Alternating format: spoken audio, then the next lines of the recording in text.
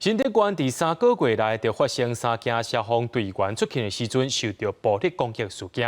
消防局表示，未来除了会规划自我防卫课程以外，也会向暴力者提出告诉。救护车内，消防队员当咧处理病患的空喙，想袂到后一秒，向互病患用脚甲站。另外，第一病院内底嘛发生病患攻击医生甲消防员。新竹县连续3个月内发生病患攻击救护人员的事件，消防局决定提出伤害甲妨害公务的告诉。当天是我，然后也被踹了好几脚。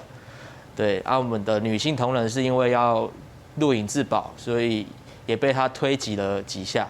事后我们有到急诊去验伤，也到派出所去做备案的部分。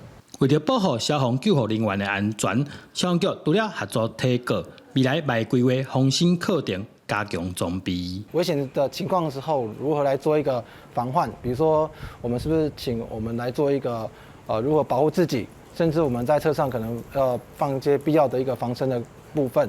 那希望让我们同仁在针对这种现场有各种状况的时候，希望能第一时间可以做到保护自己。消防局表示，绝对无法度接受消防队员执勤的时阵遭受到任何的不利行为。目前已经完成验伤，随后要追究相关的法律责任。记者杜文和新竹报道。